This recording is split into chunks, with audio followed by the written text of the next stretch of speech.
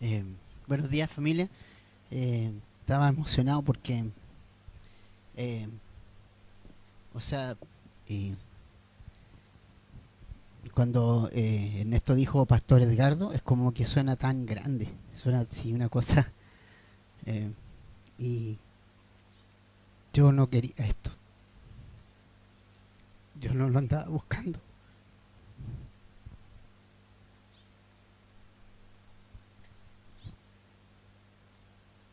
no quería este nombre. Y bueno, Jesús quería otra cosa, por eso, por eso estoy acá, por eso estoy acá. No, no es por otra cosa. Así es que, y verlo usted igual, es ver la iglesia de hecho, pensaba eso. La iglesia de hecho era una iglesia sencilla, simple, no era grande iglesia. Ninguna de las iglesias de hecho era grande. Eran personas que se juntaban en una casa, en que oraban, hacer lo que hacíamos nosotros, adoraban al Señor y estudiaban la palabra. Y eso era lo que hacían. Y dice la escritura que en Hechos, que el Señor eh, agregaba, añadía, ¿cierto?, a los que habían de ser salvos. Gracias. Añadía a los que habían de ser salvos. No había una necesidad a lo mejor de buscar la manera de atraer personas, ¿cierto? Sino que era una obra del Señor completa. La gente crecía, maduraba, conocía al Señor, había comunión y la gente misma traía a otra persona, porque impactaba su vida a otra, ¿no? Entonces pensaba eso y me realmente emocionante verlos ustedes hoy día, ¿ya? Y así es que vamos a continuar en lo que venimos haciendo siempre, ¿ya? Vamos a estudiar. Estamos estudiando Segunda de Corintios y vamos a abrir nuestra Biblia ahí si la tiene, en Segunda de Corintios 7, ¿ya? Versos, eh, bueno, quedamos en el 1, estudiamos hasta el verso 1 del capítulo 7 la semana pasada, pero igual vamos a retomar un poquito. Eh, Me gustaría orar, sí, ¿ya? ¿Oramos? Padre, gracias por este tiempo, por tu palabra, Señor, que ahora vamos a estudiar.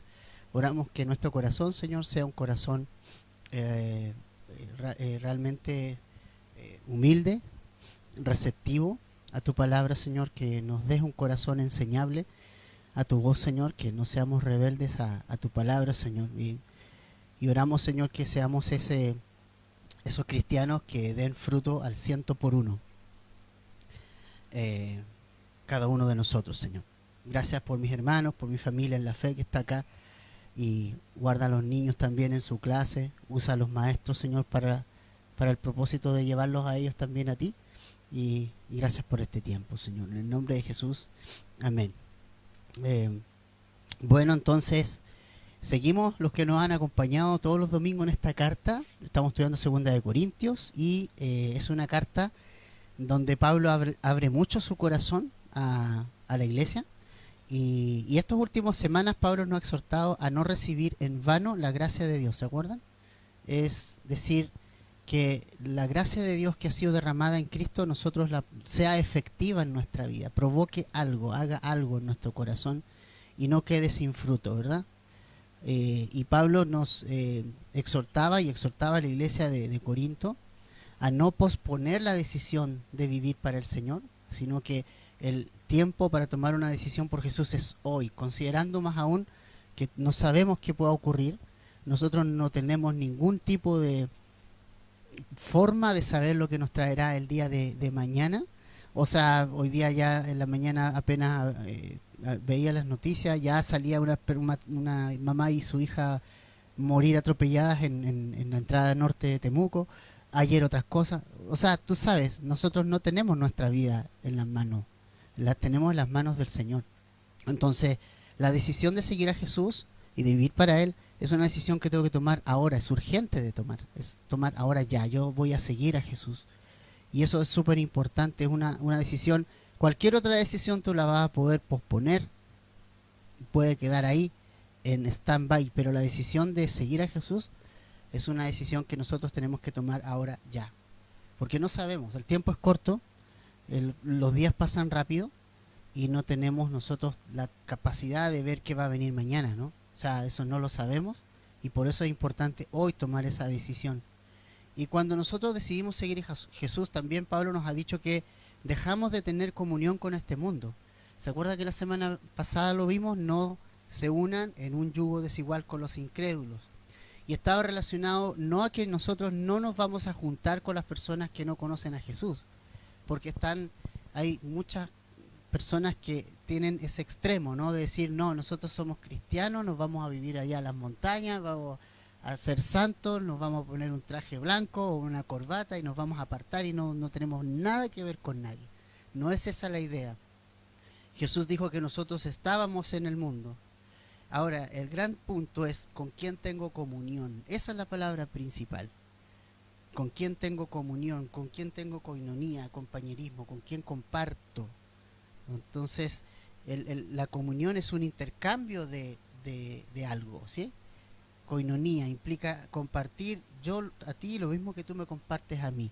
Y en ese sentido, entonces, Pablo dice, no hay comunión entre los cristianos y los que no conocen a Jesús. No existe esa comunión.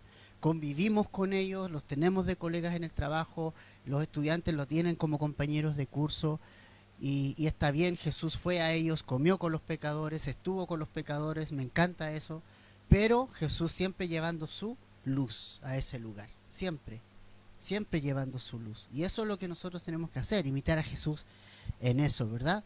Ahora, ¿qué nos dice el verso 1 de 2 Corintios 7? Dice, por tanto, amados, estoy leyendo en la Nueva Biblia de las Américas, teniendo estas promesas, limpiémonos de toda inmundicia de la carne y del espíritu, perfeccionando la santidad en el temor de Dios. O sea, fíjate, hay una conclusión. Por tanto, dice el verso 1. ¿Por tanto qué? Esa es siempre la pregunta que tenemos que hacer cuando estudiamos la Biblia. ¿Por tanto qué?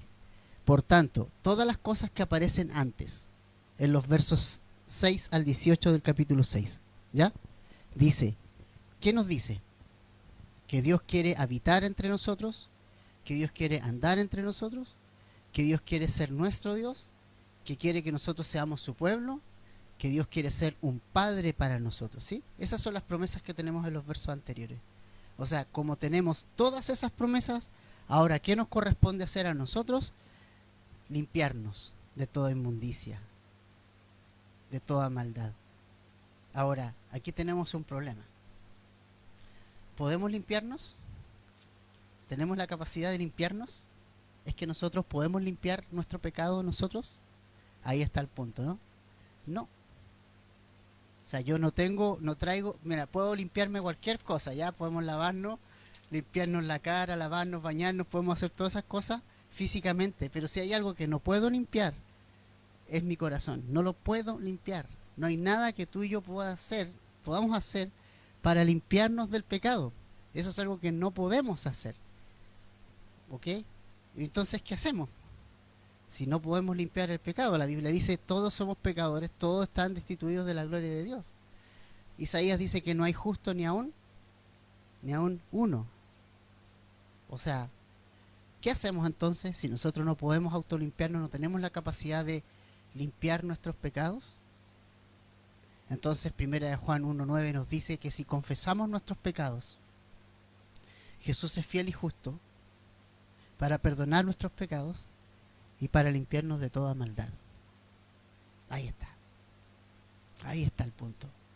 O sea, yo no puedo limpiarme, tengo bonitas promesas, Dios quiere ser mi padre, quiere Él que yo sea su hijo, Él quiere habitar en medio, imagínate lo que significa eso, vivir en mi corazón, habitar en medio de mi corazón, Él quiere hacer cosas en mi corazón, transformar mi vida, Él quiere ser mi padre. O sea, no sé si has pensado en eso, es una relación con Dios de hijo a padre, no con un Dios que está allá escondido, de anciano ahí que mira todos los pecados. A ver, no, es un padre, quiere ser un padre para nosotros. Pero ¿cómo lo hago entonces? Si tengo esas promesas, entonces yo tengo que ir a Jesús. Entonces yo digo, yo no puedo, yo no tengo la capacidad autolimpiante del pecado y tengo que ir a Jesús. Él pagó el precio por nosotros. Él puede limpiar nuestros pecados, ¿sí? Él pagó el precio que nosotros debíamos pagar. Y entonces si vamos a Él en arrepentimiento, y confesamos nuestros pecados sin ocultarlos, porque la Escritura dice que el que oculta su pecado no va a prosperar. Pero el que los confiesa y se aparta, ¿qué va a recibir? Misericordia. Ese es nuestro Jesucristo, ¿verdad? Entonces el llamado está.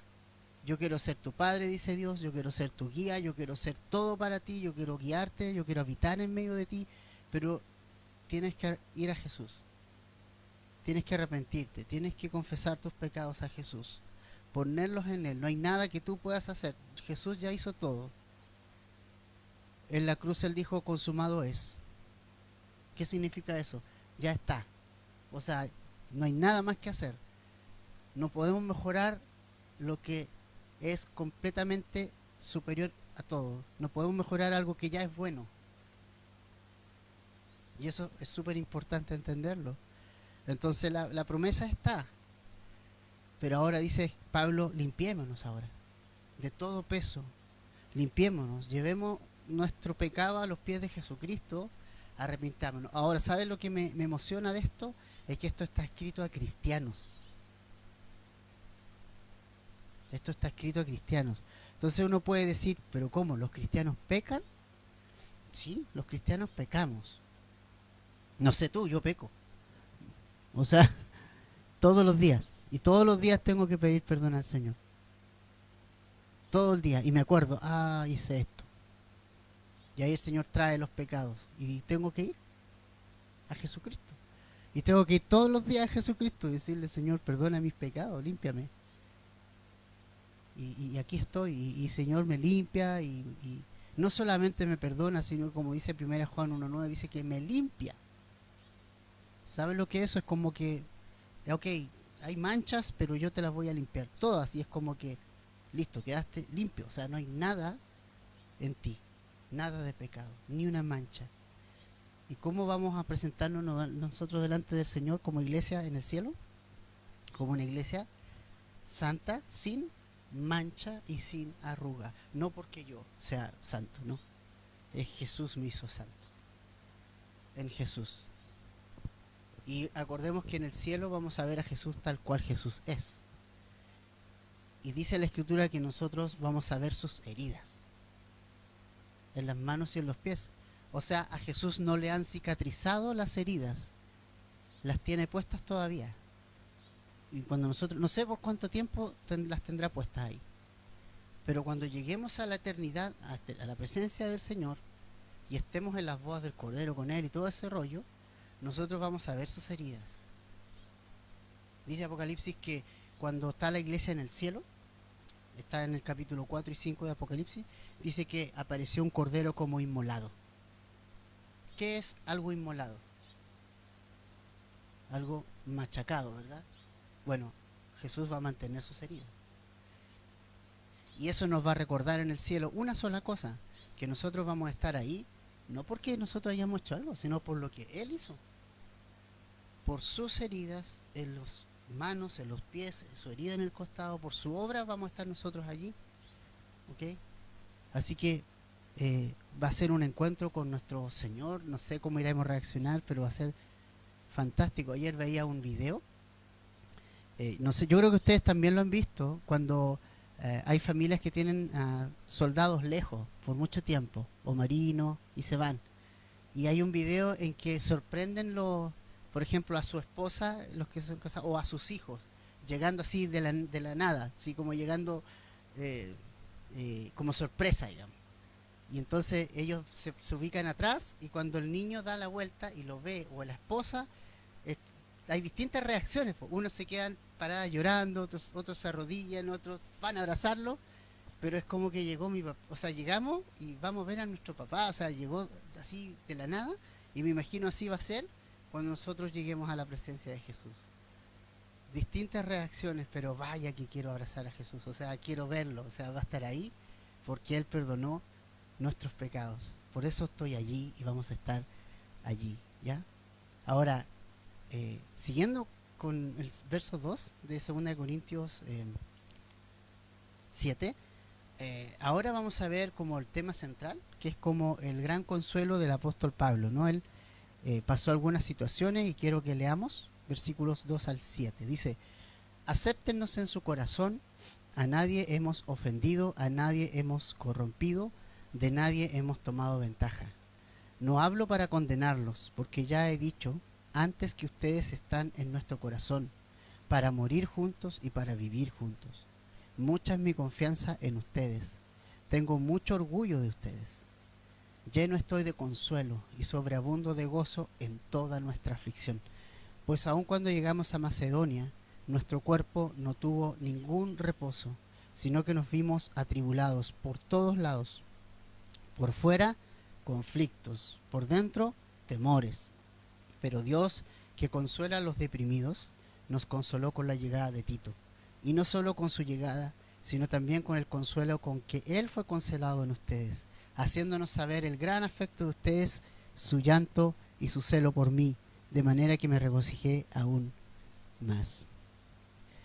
O sea, no sé a ustedes, pero a mí realmente el ministerio de Pablo es un ministerio ejemplar. O sea, fíjate en los versos 2, fíjate en el 2. A nadie hemos ofendido, a nadie hemos corrompido, de nadie hemos tomado ventaja. Ahí están las tres cualidades de un verdadero hombre de Dios. O sea, Pablo no tomó dinero de las personas, no manipuló a la gente ni a la iglesia para pedir dinero para su ministerio. Cuando él llegó a Corinto, ¿se acuerdan lo que hizo? Lo vimos en la introducción. Él trabajó con sus manos, él tenía un oficio de fabricante de carpas, de estas tiendas. Se unió a un matrimonio en Corinto, le abrió su casa, Priscila y Aquila, y como eran del mismo oficio, se quedó allí, trabajó con sus manos, vendió ese producto, de eso vivió durante todo ese tiempo, no pidió ofrendas, no recibió nada de eso, y en eso veo un hombre ejemplar de Dios. O sea, cuando tú ves personas que dicen en la radio, usted tiene que enviarme dinero, porque si no me envía dinero esta radio va a morir, lo que yo pienso es que esa radio debe morir, porque es algo que está dependiendo de las personas, no de Dios. El Dios guía, Dios provee. Eso es así. Si Dios quiere una obra, la va a hacer. Y no va a necesitar de la ayuda, no va a necesitar de necesariamente ni siquiera de nosotros, ¿no? O sea, Corinto fue listo, salió. O sea, Pablo estaba allá, se puso a trabajar, fue a la sinagoga y empezó a unirse gente. Y la obra ya avanzó. Pablo no hizo ninguna campaña de ofrendas para abrir una iglesia. Porque donde Dios guía, Dios provee todo el tiempo. ¿Te fijas? Entonces, a mí, la verdad, me encanta el ministerio de Pablo. Porque no está Pablo para tomar algo de las personas, está para darle a las personas. Está para servir a las personas. Y eso es lo que hace un siervo de Dios, ¿o no? Eso es lo que hace un siervo de Dios. Sirve al rebaño, apacienta al rebaño, no toma ni estruja al rebaño para ganancia personal. ¿Ok? Hoy día hay muchos llamados, mal llamados siervos. Piden plata al rebaño, estrujan al rebaño, les piden dinero, los dejan con deudas, desconocidos. Créanme, muchos de estos que les prestan sus cuentas corrientes a algunos hermanos y le hacen y dejan el desorden. Pero Pablo ha renunciado al derecho que tiene a todos los derechos, incluso de recibir ofrenda, cosa que sí tenía el derecho de hacerlo.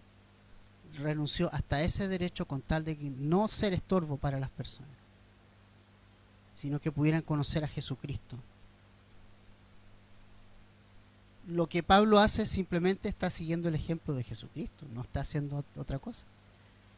En Marcos 10, 44 y 45 Jesús dijo: cualquiera de ustedes que desee ser el primero, ¿qué dice? Será el siervo de todos. ¿Cómo la ves? El mundo dice no, tú para llegar arriba tienes que ser el mejor de todos y hundir a todos y llegar arriba. Jesús te dice no, si tú quieres ser el primero, tú tienes que ser el último. Así funciona al revés la matemática del Señor. Toda la matemática del Señor funciona al revés. Si quiero ganar mi vida, la voy a perder. Tengo que perderla si yo quiero ganar mi vida, ¿cierto? Eso nos dice Jesús. la matemática al revés, completamente al revés. Ahora te dice que si tú quieres llegar a ser grande o llegar arriba, ¿no? Tienes que ser siervo de todos. Y en Marcos 10:45 Jesús dijo, porque el Hijo del Hombre no vino para ser servido, sino para servir. ¿Y qué más? Y dar su vida. Su vida. Murió en rescate por muchos. O sea, observa, ese es el principio ministerial, ese es el principio del ministerio. Ese es el principio que nosotros hemos enseñado todo este tiempo, todos estos años, y el cual me han criado la palabra y mis pastores. O sea, eso, servicio. Entonces Pablo siguió el ejemplo de Jesucristo, y en lugar de ser servido, él sirvió, él se despojó de los derechos, incluso de los propios derechos de un apóstol, con tal de poder no tener ningún tropiezo de que la gente no venga a Jesús. Y vemos también aquí el gran sentimiento de Pablo hacia esta iglesia. O sea, fíjate, Pablo ama a estos hermanos, los ama. Pablo se gloría de estos hermanos, se enorgullece de ellos. Me glorío de ustedes, dice. Pablo aprecia a estos hermanos, se goza con estos hermanos. ¿Ya? Ahora, ¿qué más vemos en este pasaje que acabamos de leer? Es que si te das cuenta, dice que algo pasó cuando llegó a Macedonia. Dice que tuvo tribulaciones, tuvo angustias, tuvo algunas cosas que le ocurrieron, tanto físicas como emocionales. ¿Cierto? Tanto físicas como emocionales. Enfrentó situaciones difíciles. En el verso 5 específicamente nos dice que pasó por tribulaciones y situaciones internas y externas. O sea, dice, su cuerpo sufrió y también su corazón, emocionalmente también sufrió. Y eso me habla también mucho, porque es importante que nosotros entendamos que como cristianos, nosotros pensamos que vamos a ser inmunes. Hay gente que piensa que el cristiano no tiene que pasar situaciones difíciles, ¿ya? Está ese evangelio falso que te dice tú tienes que declarar cosas y el Señor te va a dar todo lo que tú quieres y la prosperidad, ¿sí? O sea, tú pide y reclama. Ahora, eso no lo vemos en la Biblia nosotros. O sea, el apóstol Pablo era un apóstol, un hombre de fe, ¿o no? Un gran hombre de fe, pero pasó situaciones difíciles. Está enfrentando tribulaciones, tanto dice en su físico. No sabemos a qué se refiere, a lo mejor lo están persiguiendo, a lo mejor ya lo golpearon. Bueno, lo han golpeado muchas veces. Lo han azotado por seguir a Jesucristo. Lo han golpeado, lo han apedreado. Tiene una enfermedad que no sabemos cuál es, porque él dice que es un aguijón en la carne, ¿se acuerdan? Y no sabemos si era corporal, algún dolor, algo, pero está sufriendo. Y también internamente está medio deprimido.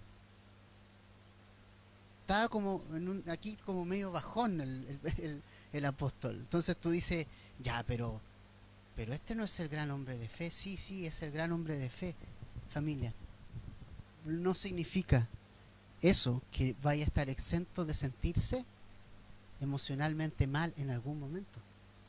Porque la fe está sobre la emoción. Yo puedo sentirme mal, pero aún estar confiando plenamente en el Señor. Porque la fe no tiene que ver con lo que sienta. ¿Me entiende? La fe, ¿dónde se apoya? En la palabra de Dios y sus promesas y lo que Él nos está diciendo. Entonces, me gusta que veamos a este apóstol, porque vemos a un hombre común y corriente. No vemos al apóstol Pablo que está sentado en el trono ahí arriba, ¿no? Si vemos al apóstol Pablo como nosotros, terrenal. El apóstol que camina, que tiene que ir al baño todos los días igual que nosotros, que tiene que comer. El mismo apóstol es un hombre, no un superhombre. Y a veces ponemos a los hombres de Dios así como inalcanzables, pero Elías dice, ustedes saben quién era Elías, ¿no? Uno de los más grandes profetas del Antiguo Testamento, que desafió a los dioses de Baal ahí delante de la malvada reina Jezabel, tan malvada que mandaba matar todos los profetas de Dios. Todos los verdaderos profetas de Dios, chao. Era una mujer terrible. Y Elías lo confronta y dice, ya, vamos a hacer una competencia. No dijo así, pero ya, vamos a ver qué onda, qué Dios de ustedes y el Dios mío. Pero vamos a ver cuáles son el Dios verdadero. ¿Se acuerdan? Y empezó, ya, vamos a tener un altar, ustedes y nosotros. Ustedes van a orar y hacer sus cosas a sus dioses. No le echen nada y que el fuego caiga solo del cielo y consuma el sacrificio. Por supuesto, los sacerdotes de Baal empezaron a hacer sus locuras raras, empezaron a gritar porque los cultos eran terribles a Baal, y empezaron a tanto que empezaron a mutilarse. Saltaba la sangre de ellos, porque empezaron a mutilarse. El ritual era así. O sea, esto era un concierto trash, una cosa, pero light al lado de toda esta cosa, ¿no? Entonces, y Elías, como un poco, ya, vamos, griten más fuerte, a lo mejor está durmiendo el Dios, y empezó a reírse un poco del tema, ¿no? Y Elías mandó ¿se acuerdan? A echarle agua al altar de él. Y poner zanja y echarle agua. Y lo único que hizo fue rogar al Señor, oró al Señor, fuego espontáneo, combustionó todo. Y todos los profetas de Baal huyeron. Entonces tú dices, ¡ay, Elías! ¿Cierto? Y resulta de que al capítulo siguiente, Elías quiere morir. Porque lo están persiguiendo, porque lo quieren matar. Y interesante, ¿no? O sea, Dios nos puede usar grandemente, pero son importantes los tiempos que pasamos como en el valle, porque en esos tiempos entendemos cosas que nunca entenderíamos en la cúspide. Es súper importante. Tal vez yo no hubiera entendido nunca muchas cosas si, por ejemplo, no hubiera perdido a mi padre o mi madre, que me aceleró el proceso de madurez, porque saben que los hombres somos más inmaduros, pero me aceleró el proceso de madurez, de entender lo que era tomar una casa, lo que era la responsabilidad de un esposo, porque la tuve que hacer de todo en la casa, lo que era llevar los pantalones espirituales de una familia. No lo habría aprendido tal vez. Dios sabe por qué hace las cosas. Hay cosas que no vamos a aprender arriba, vamos a aprender en el valle, en la tribulación, en la prueba, cuando nos sentimos emocionalmente inestables. Y no es pecado sentirse emocionalmente inestable. Es un tiempo para que veas la gracia de Dios derramada sobre tu vida y lo que Él puede hacer en una vida emocionalmente inestable. Hombres comunes y corrientes. Dice, de Elías dice el Nuevo Testamento, Hebreos específicamente 11, Santiago dice que Elías era un hombre sujeto a pasiones como todos. ¿Cuál fue la diferencia? Oró y cayó lluvia, pero oró. La oración está hecha para los tiempos difíciles, para todo tiempo, pero más bien para los tiempos difíciles, para buscar al Señor, para buscar respuestas del Señor. Entonces, Pablo también está pasando lo mismo. Está pasando situaciones súper complicadas en Macedonia. Llegó a un lugar, no vio a Tito, se desconsoló totalmente porque esperaba verlo. O sea, estaba súper triste. Más encima en 2 Corintios 1:8 él dice que cerca de Asia les vino una aflicción, que fueron abrumados de tal manera que perdió la esperanza aún de vivir. Entonces tú dices, ¿pero ese es el apóstol Pablo? Sí, es el apóstol Pablo, el mismo. El mismo apóstol Pablo. Y él necesitó del consuelo de otra persona, de otro hermano, siendo apóstol. Verso 6 de 2 Corintios 7 dice, pero Dios que consuela a los deprimidos. Oh, qué maravilloso eso. ¿Qué hace Dios con los deprimidos? ¿Qué le hace? Los consuela. A veces uno dice, ay, estoy deprimido, Dios no me va a pescar. No, no, no, no. Esa es una mentira enorme. Esa es una mentira. Dios te ama y Dios en ese momento quiere consolarte. Quiere animarte, quiere consolarte, quiere mostrarte su amor. O sea, es heavy, ¿no? Pero sí. ¿Y qué usó Dios para consolar la deprimida vida de Pablo en esta etapa de su vida? Usó a un simple hombre llamado Tito. Un hombre. Tal vez Tito podría decir, oye, pero es que ¿cómo voy a ir a consolar al hermano, al pastor Pablo el apóstol? Si yo soy un hermano nomás. Pero él fue. ¿Sabe qué? Mira, importante. A veces pensamos, tal hermano se ve tan fuerte en la fe, o el pastor no debe pasarle nada. ¿No? Eso es una mentira enorme. O sea, todos pasamos las mismas situaciones. Y sabes, necesitamos el consuelo. Y es rico a veces cuando alguien se acerca a un hermano y dice, ¿puedo orar por ti? Porque uno no espera eso, ¿cierto? Uno espera que el pastor se acerque a uno y diga, voy a orar por ti. Pero cuando una oveja dice, ¿puedo orar por ti? Tú dices, wow, sí, claro, necesito oración. Usó la vida de un hermano. Una pregunta, familia. ¿Ha servido de consuelo este último tiempo para alguien? O sea, abre un poquito los ojos, abramos un poquito los ojos alrededor. A lo mejor hay un hermano en la fe acá, en la iglesia, que está como más o menos, que tiene como una situación media complicada y está esperando por ese Tito que la consuele, que pueda traer ánimo, ¿no? Que lo pueda animar. Tal vez sería bueno que nos desenfocáramos un poco de nosotros mismos y comenzáramos a pensar un poco más en el consuelo de los hermanos. Muchas veces he necesitado consuelo, muchas veces mi familia necesita consuelo, muchas veces ustedes van a necesitar consuelo. ¿Y qué usó Dios para consolar a Pablo entonces? La llegada de Tito, pero otra cosa más, que lo animó más todavía, las buenas noticias de Tito, de la iglesia de Corinto. Eso animó a Pablo, porque Tito le dijo, Pablo, la gente de Corinto te ama. Y Pablo estaba un poco así, porque con la primera carta, la carta anterior, que le dio con tutti, le dijo, esto está mal, esto está mal, esto está mal, esto está mal, tienen que corregirlo. Hay un fornicario, sáquenlo de la comunión de la iglesia, hablen con él y lo sacan inmediatamente. Si se arrepiente, intégrenlo. O sea, todo lo que vimos en la primera carta, para los que nos acompañaron en ese estudio. Pero ahora le dice Pablo, dice Tito, ¿sabes qué? La gente te oyó, Pablo. La gente te oyó, te escuchó. Hay gente que te ama, hay gente que te quiere, te estima y te considera su pastor. Y eso animó a Pablo, lo animó.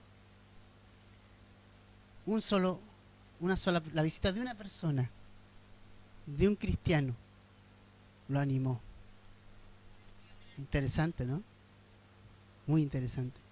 Ahora, verso 8 al 11, vemos qué trajo la primera carta a la iglesia de Corinto. Dice, porque si bien les causé tristeza con mi carta, ¿cuál? La anterior. No me pesa, dice Pablo, aun cuando me pesó, pues veo que esa carta les causó tristeza, aunque solo por un poco de tiempo, pero ahora me regocijo, no de que fueron entristecidos, sino de que fueron entristecidos para arrepentimiento, porque fueron entristecidos conforme a la voluntad de Dios, para que no sufrieran pérdida de alguna de parte nuestra. Porque la tristeza que es conforme a la voluntad de Dios produce un arrepentimiento que conduce a la salvación, sin dejar pesar, pero la tristeza del mundo produce muerte. Porque miren, qué solicitud ha producido esto en ustedes, esta tristeza piadosa, qué vindicación de ustedes mismos, qué indignación, qué temor, qué gran afecto, qué celo, qué castigo del mal. En todo han demostrado ser inocentes en el asunto. Qué genial lo que pasó en Corinto.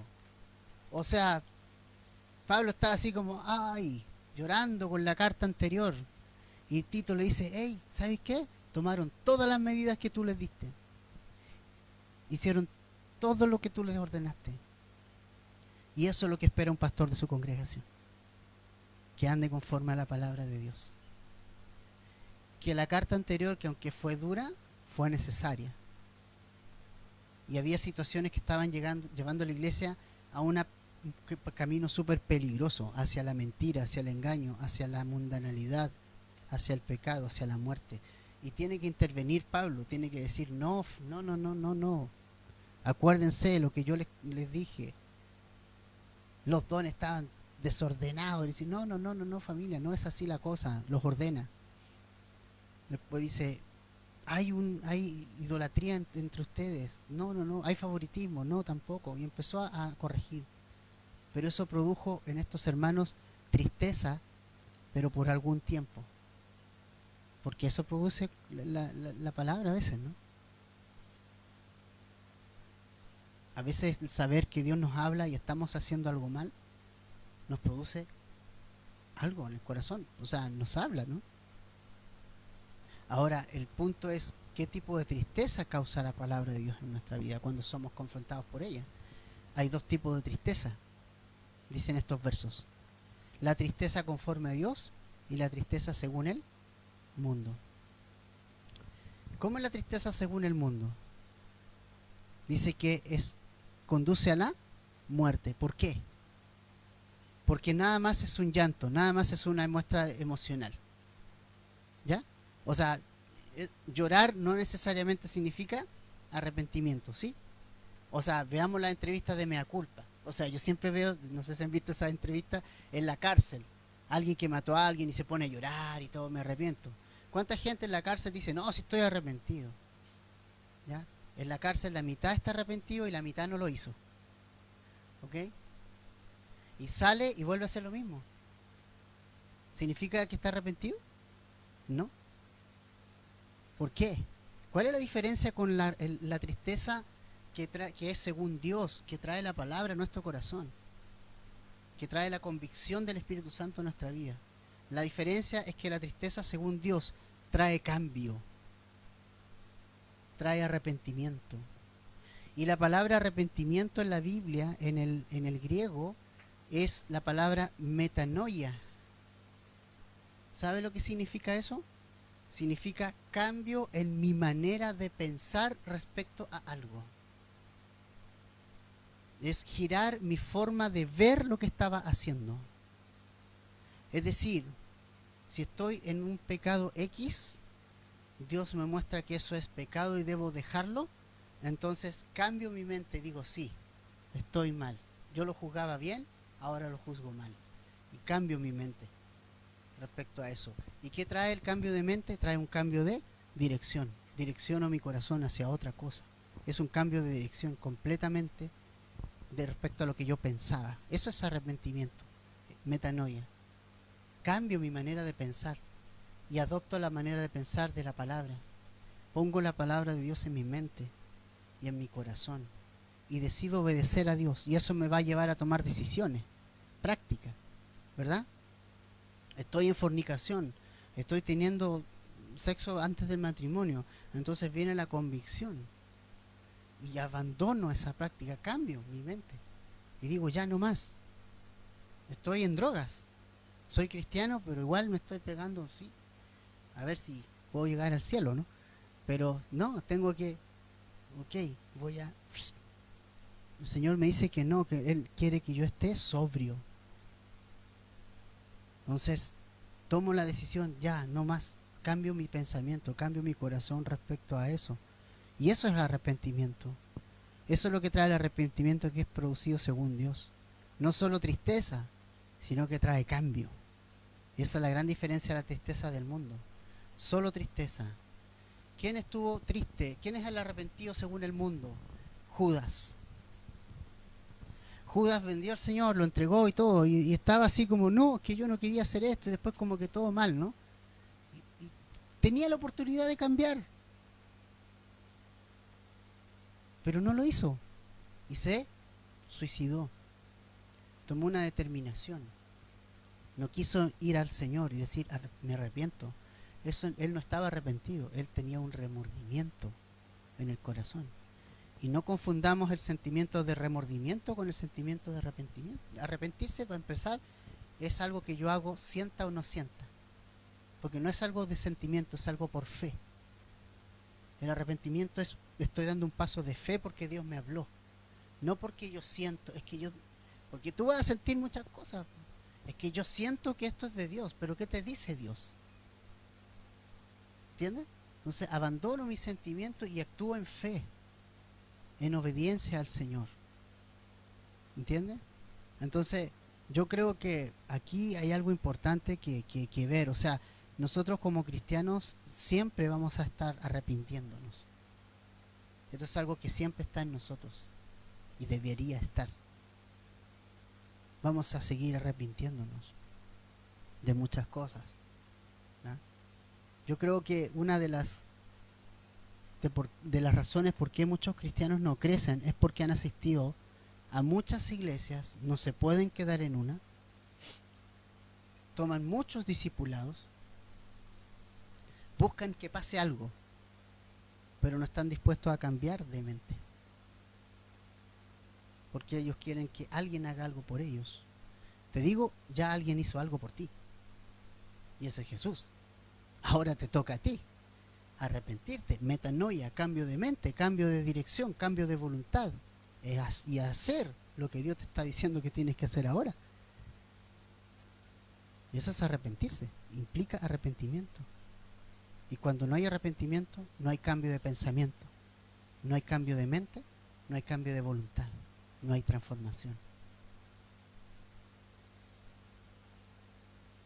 Y está escribiendo Pablo esto a los cristianos. Los cristianos de Corinto tuvieron que arrepentirse. ¿Cómo la ves? Ellos tuvieron que arrepentirse por tolerar el pecado, por aceptar ciertas situaciones, por estar haciendo las cosas mal.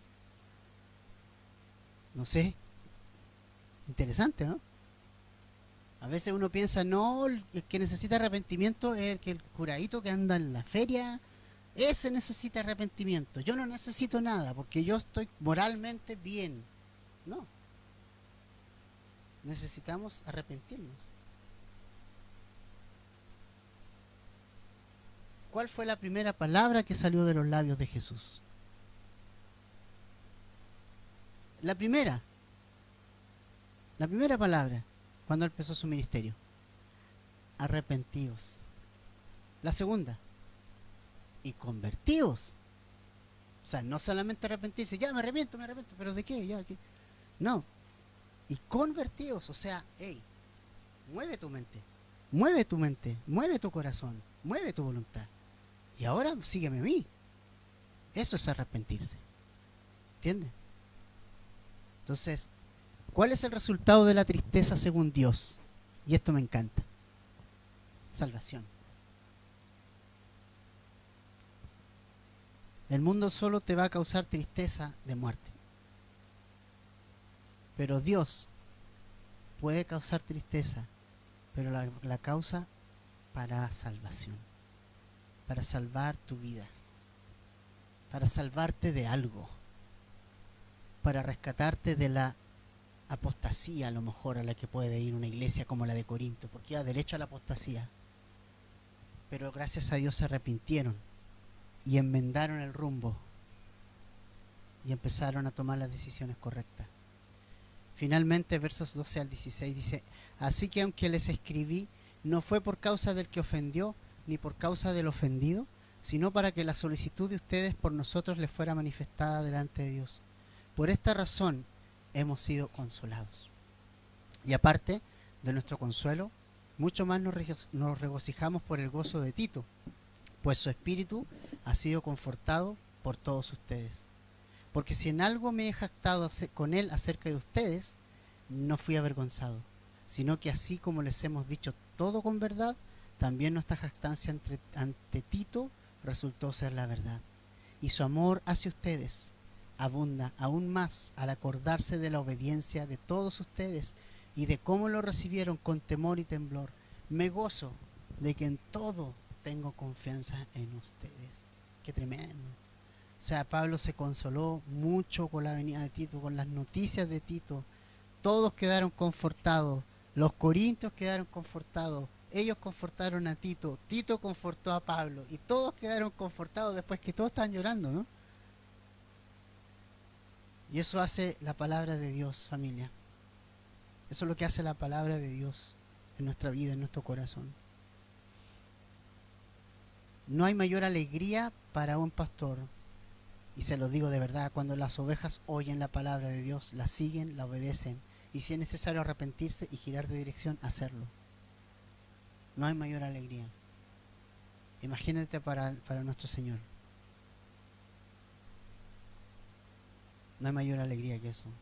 Entonces, como la conclusión de hoy, hay algo, considerando, bueno, vamos a tomar la cena, la Santa Cena, quienes no saben, nosotros tomamos la Santa Cena una vez al mes, el primer domingo de cada mes. Lo hacemos porque Jesús dijo que teníamos que hacerlo en memoria de Él. ¿Sí? No dijo cuántas veces, pero sí dijo que las teníamos que hacer muchas veces. Nosotros lo hacemos una vez al mes. No queremos dejar de olvidar lo que Jesús hizo por nosotros. No queremos olvidar lo que Jesús hizo por nosotros. Y creo que a lo mejor es un momento necesario para, a lo mejor, algún área de mi vida que el Señor está tocando y que tengo que arrepentirme. Y que tengo que cambiar de mente, de corazón, tal vez, de dirección. Y es el momento a lo mejor para hacerlo. Jesús es fiel y justo para perdonarte, recuerda. Puedes cambiar tu forma de ver las cosas y verlas conforme a la palabra de Dios. ¿Sí? Y de paso consolar a muchas personas. Entonces, hay algo que el Señor esté tocando, aquellas cosas que no has entregado al señorío de Jesucristo que necesitan arrepentimiento. Algún área a lo mejor que no te has despegado de ella y dices, ya Señor, ok, tú tienes la razón, toma, ahí está, te entrego todo. O sea, importante entregarle todo al Señor. Lo que hicieron los discipulados, los tres, me parece que en el tercero salía uno en que